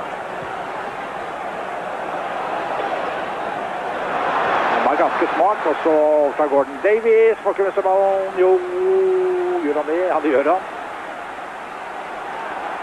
Og Gittentratt i hvert fall. Ja, der det mye. Der felles Myren også, men det gikk en klynge alt sammen. Det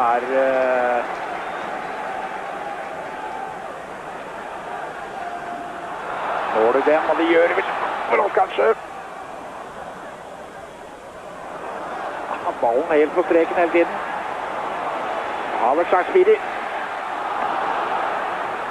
Nå det tilløp til hardt spill, synes jeg. Det klart at nå skal United trygge seieren. Trekke tilbake på banen. Det betyr selvfølgelig at vi får flere Chelsea-spillere i angrep, men det blir også tettere der nede i forsvaret, United-forsvaret. Trangere, atskillig trangere. Det var ikke som i første omgang, da Chelsea spilte seg til ved lange baller. 4 sjanser. Flere enn det som ga skåringen etter 5 minutter ved Gordon Davis.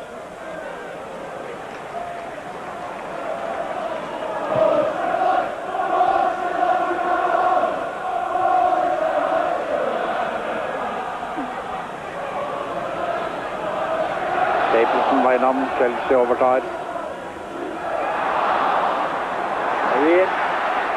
Nei.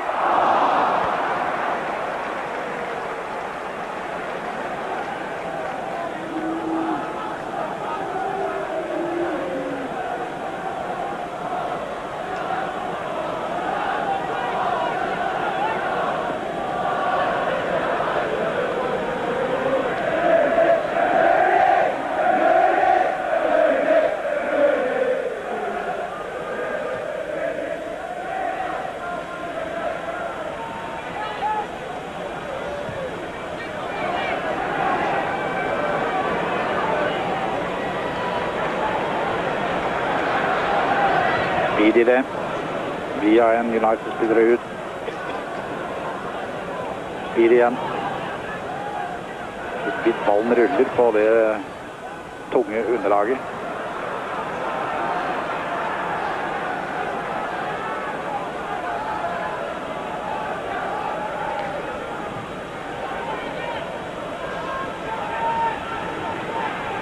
Arnold Myhren til Gordon Strachan.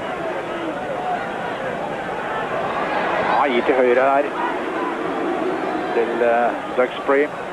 Strachan igjen. Duxbury når den ballen. Ja, langt linjen. Kunne bli en farlig situasjon, men akkurat nå er det avklart.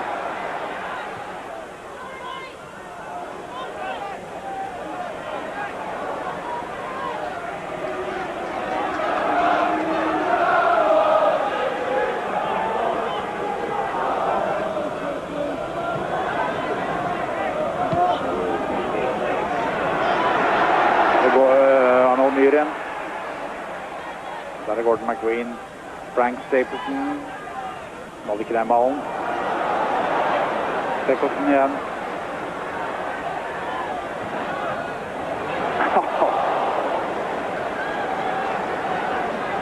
Ja vel.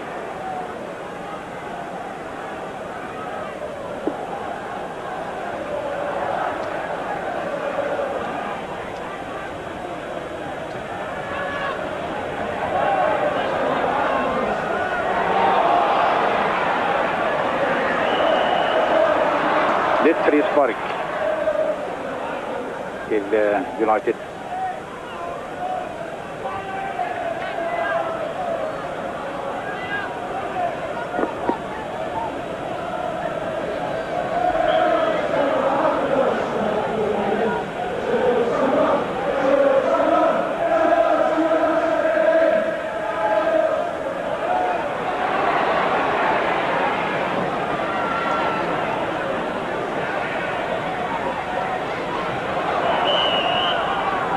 Utspill fra mål. Skal ikke det gjøres sånn. Linjebanen er meget bestemt. Det betyr at det er corner.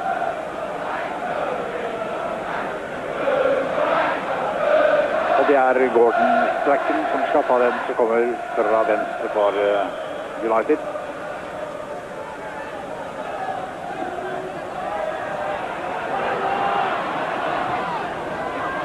McKean er oppe der. Det er som Hareid hos oss på norsk landslaget. Det er oppe ved corner. Da kan Kimball til spillet fra Nick Thomas. Bare 2 ganger 7. Nevin fra Chelsea og Brian Robson fra United.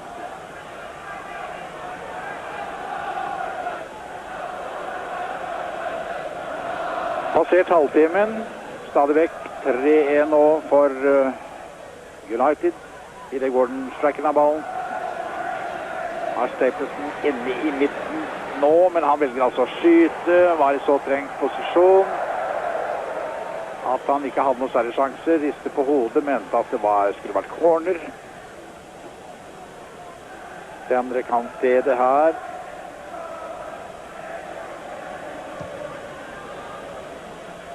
Spørsmålet var bare om det var innom en Chelsea-spiller, og det mente dommeren det ikke var. For langt forspilling.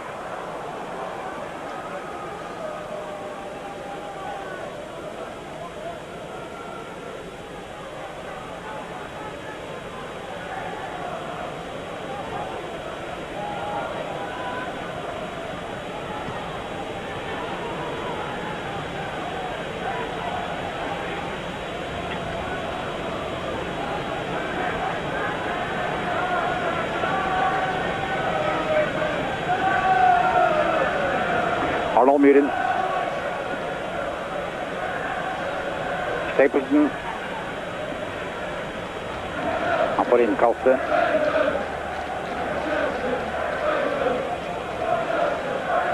Alderson. Da Robson. Stapleton. Bak til Robson. Trodde det var smart nå, men ikke smart nok. Nicky Thomas. Han gled dessverre der. Godt av Spackman. For applaus. Spackman igjen. Og så Nicky Thomas. Og Davis. Skal han lave et mål til? Det gjør han ikke, for kunne ikke godt gjøre, i og med at innlegget kom fra ham litt langt ut. Ja. Stapleton har med seg Strachan til høyre nå. Og han får ballen der. Også inn. Også corner.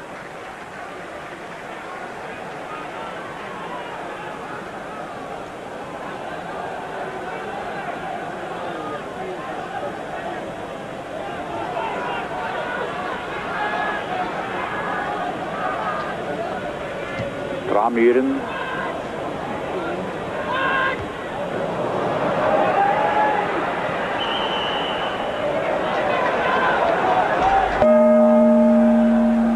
Og frispark.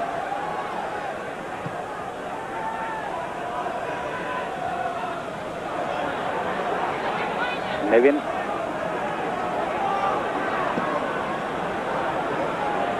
Da vekk Nevin der inne.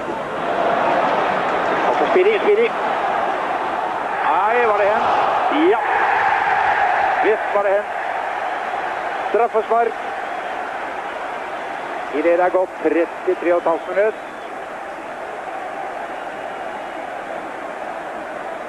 Det skal det være, ja. Og det er Kerry Dixon. Som kom fra Reading. Til Chelsea. Laget 23 mål på 25 kamper, så langt i denne sesongen.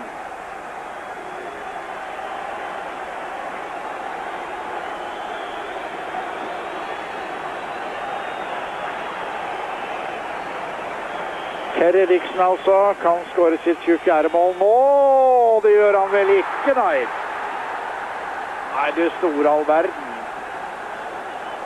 Løs ball ut på mål. Ja.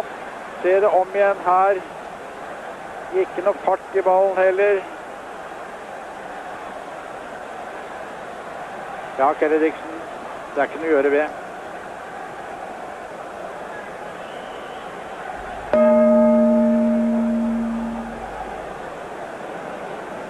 Det var en trist situasjon både for Chelsea og for Kerry Dixon. I det er 10 minutter igjen å spille på Stamford Bridge. Strachan.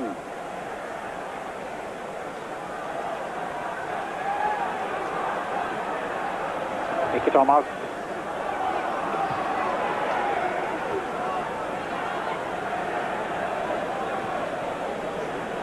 Nå har ikke Chelsea klart å skåre på det straffesparket. Tror jeg ikke får noe mer mål i dag. Det betyr at United vinner.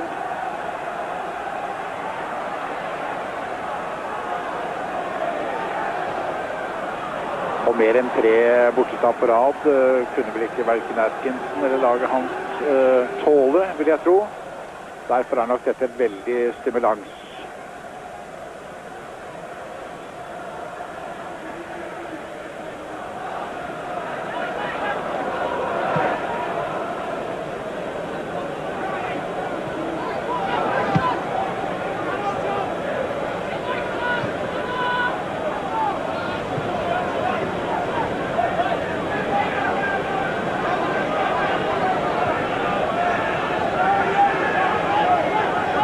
Strachan.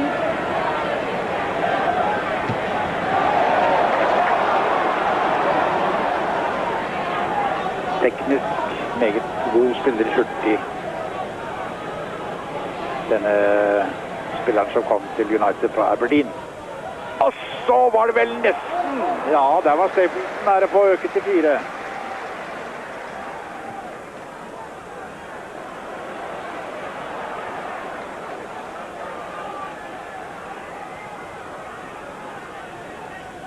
Spiri.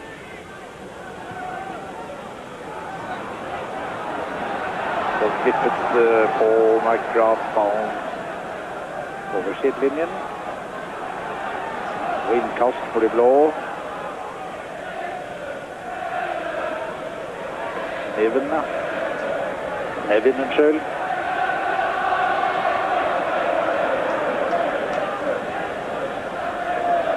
Og Spiri. Jeg skal opp igjen til dommeren. Nei da, det er ikke å være sint, for det var din skyld. Du fikk ikke paret bena ordentlig, og så hjalp han til selv, og dermed så var han over enden inn i feltet, riktig nok, men det så nok er dommeren. Dere her. Ja da.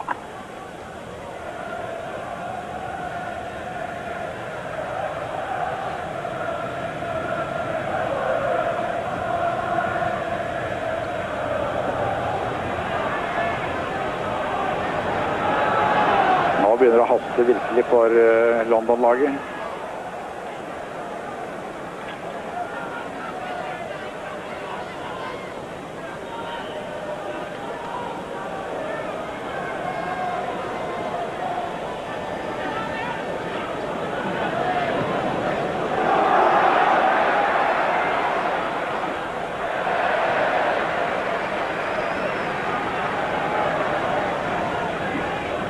Prøvde å gjøre godt igjen, Kerry Dixon nå. Det straffesparket han ikke klarte å sette igjen. Så Remy Moses i bildet.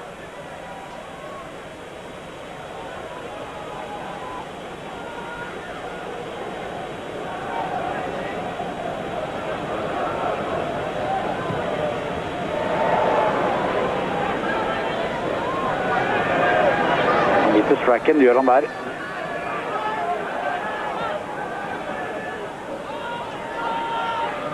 Robson. Stracken igjen.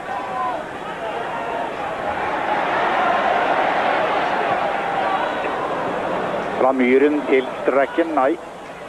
Denne gang gikk det ikke. Så er det Pat Nevin. Ikke Thomas, gir til høyre til Spiri. Han er hurtig, men 40 mål bitte litt for langt, og det var nok til at situasjonen var avklart fra Uniteds side.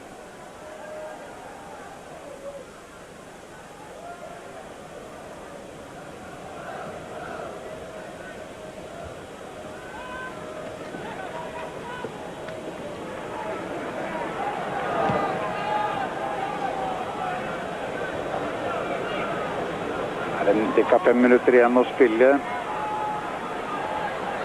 Denne ledelsen gir nok ikke Manchester fra seg. Stapleton. Stracken. Så gikk det ikke.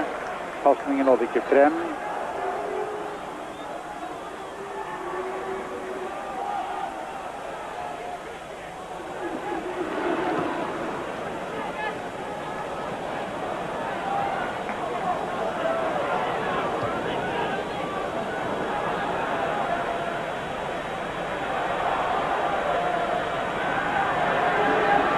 Ja.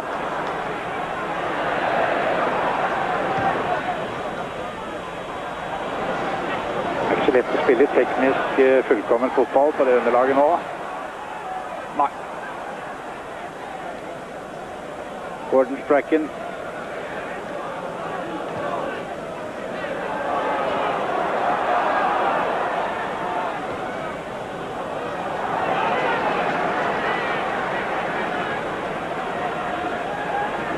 Ja, som sagt, det betyr mye for denne sjueren her. Som det så litt ufokusert, riktig nok, men Brian Robson, lagkapteinen, han har all grunn til å være fornøyd med resultatet fra dagens kamp. Litt farlig å si om at det er 3 minutter igjen å spille. Dommeren kan sågar ha lagt til 1 minutt, for alt hva jeg vet. Men det er ikke noe som tyder på at sluttresultatet skal endre.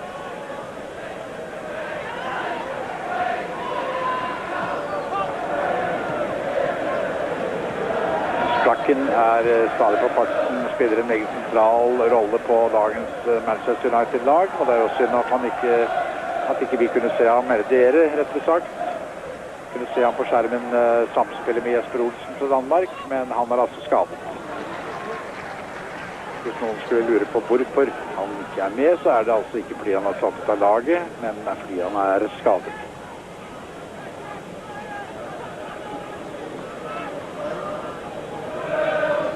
Her står det 88 minutter gått.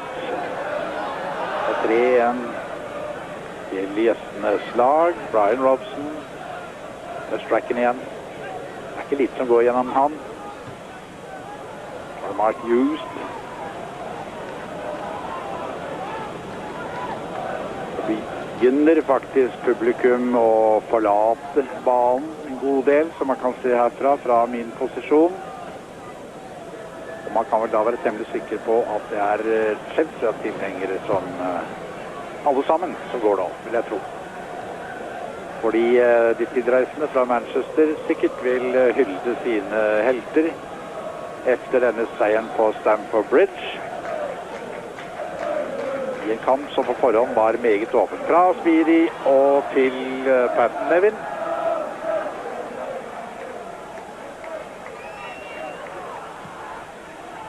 Neida. Jeg har nok full kontroll United nå.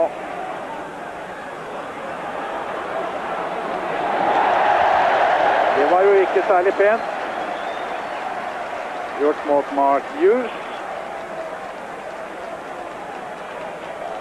av Colin Pate. Irritert naturligvis. Ja, var det 3-2 i advarsler. 3 advarsler for Chelsea, 2 for United. Altså 5 i alt. Det har vært en del stygge taklinger her. Også ut å bli 5 advarslene, dessverre. Det klart man blir ivrig, og særlig det lett når det et dårlig underdekke og glatt, og man måtte stå fast og sånn. Det visse unnskyldende momenter. Men i hvert fall, Brian Robson tar frispark i til Stracken. Snur han seg meget kjapt, og så kommer han forbi, og så får han... Nei, det blir corner vel.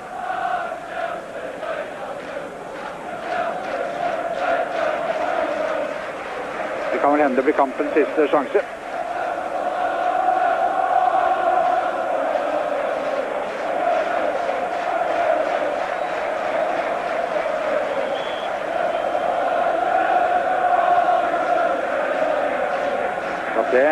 Arnold Myhren til Stracken.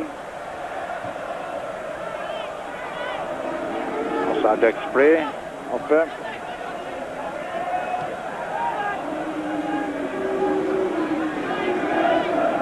Arnold Myhren. Stapleton der inne. Og fra Robson til Myhren til Robson igjen. Nå det jo bare å holde på ballen. Stracken for innkastet. Og tiden ute. Dommeren altså lagt til litt tid. 1 minutt, eller kanskje 2.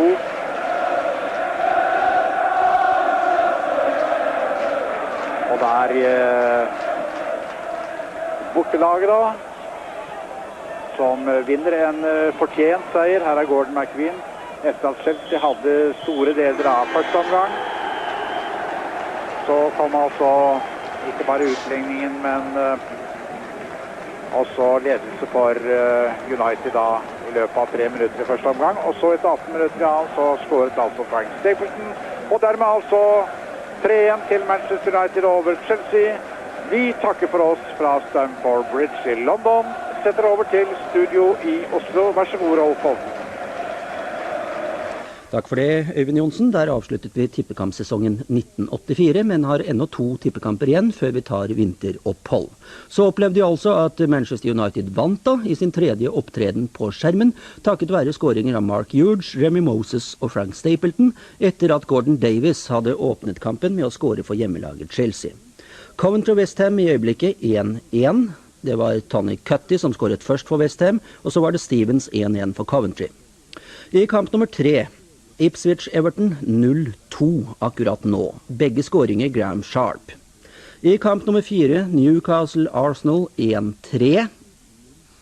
Her har Nicholas skåret 2 ganger, og Brian Talbot for Arsenal. For øvrig er det Peter Budgley som har skåret for Newcastle. I kamp nummer 5, Nottingham Forest-Aston Villa 1-2.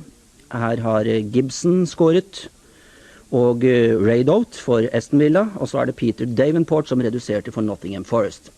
Kamp nummer 6, Southampton-Sheffield Wednesday. Her står det 0-3, og det kan jo være hyggelig for oss som neste uke skal se Sheffield Wednesday i cupkamp på bortebane mot Fulham. Det er altså første tippekamp 1985 jeg da snakker om. Kamp nummer 7, Stoke Queen's Park Rangers, der er det 0-2. Robbie James skåret først for London-klubben, deretter Mike Fillery.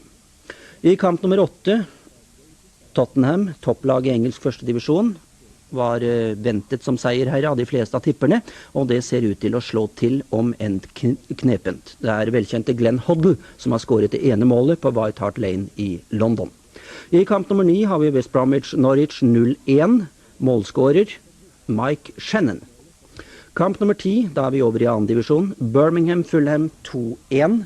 Kamp nummer 11 har vi Charlton Grimsby 4-1, og det ser også ut til å bli sluttresultatet i kamp nummer 12 i annen divisjon mellom Sheffield United og Portsmouth. Selvfølgelig skal vi komme tilbake til denne tippekupongen.